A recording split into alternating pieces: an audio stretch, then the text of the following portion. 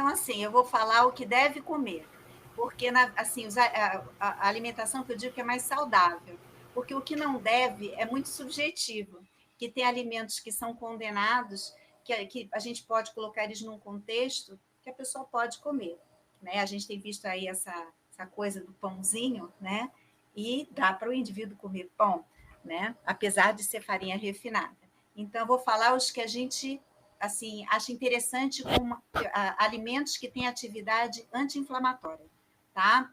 Vamos lá. Cereais integrais, folhas vegetais, frutas, oleaginosas, as gorduras ditas boas, aí vai azeite, os óleos vegetais, abacate.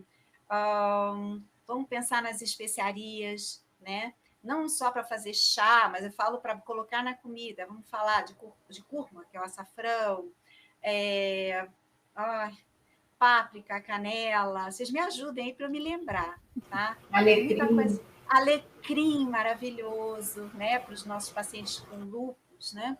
Então, assim, tem muitos alimentos saudáveis. Deixa eu pensar em qual mais. Alho, cebola, carnes magras. Vamos pensar no peixe. Isso é um alimento saudável. Acho que já falei tudo. Os grãos. Então, isso aí são coisas que vocês podem incluir na alimentação de vocês, que são saudáveis. Agora, qual é o X da questão? Você introduz, mas tem que prestar atenção na quantidade, né, Marina?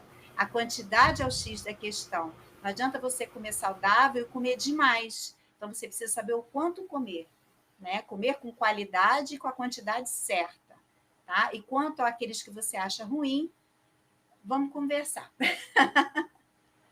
É isso mesmo. Às vezes a pessoa come numa quantidade muito maior, por exemplo, vou comer um pão integral, é mais saudável que o pão, a farinha branca? Branco, mais na verdade ele tem mais fibra, ele vai dar uma saciedade maior, mas em calorias não é tão assim, né? Não tem tanta melhor. E aí a pessoa come meio pacote de pão integral, não adiantou muito comer um alimento mais saudável em grande quantidade. Então, é tudo equilíbrio, exato, né? Exato. O pessoal confunde comer saudável, né, com fazer dieta com restrição calórica, né? Você pode ter os alimentos saudáveis dentro do planejamento com restrição calórica. Isso é diferente, né? Então, mas para emagrecer a gente precisa da restrição, né? Precisa da restrição. A gente inclui os alimentos, mas precisa da restrição. Quando a gente fala assim, nós temos alimentos que são anti-inflamatórios. Tem uma pergunta aqui para nós: existem alimentos inflamatórios? Existem alimentos que têm atividade inflamatória. Tem alimentos que promovem, vamos dizer assim, eu não sei se é o termo, né, Marina? Mas você tem os ácidos graxos saturados, por exemplo, né? Vou falar ácido palmítico, tem nutrientes e componentes alimentares que têm atividade inflamatória, tá? Eles são quem no nosso dia a dia? Oi? Eles são quem no nosso dia a dia? São as gorduras, a gordura animal, por exemplo, né? Você tem as gorduras trans, que são ruins, vamos dizer assim, do ponto de vista cardiovascular e tem atividade inflamatória. Então, tem uma série.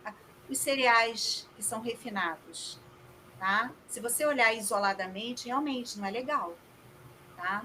Porém, existe um contexto que a gente pode incluir que você minimiza essa ação. Tá? A mesma coisa, por isso que eu fico muito preocupada de falar assim, esse alimento é proibido, porque dentro do contexto da nutrição, por exemplo, gordura saturada, tem lá uma quantidade mínima, mas a gente tem o que a gente precisa, né? Então, dentro da alimentação, quando a gente faz o balanço, ela vai estar lá em menor quantidade. Lógico, a gente tem escolhas, né? Mas existe sim, essa pessoa que perguntou, existe sim, existem os alimentos que são que a gente deve evitar, né? Então, um deles realmente é a gordura de origem animal, que não é legal, tá?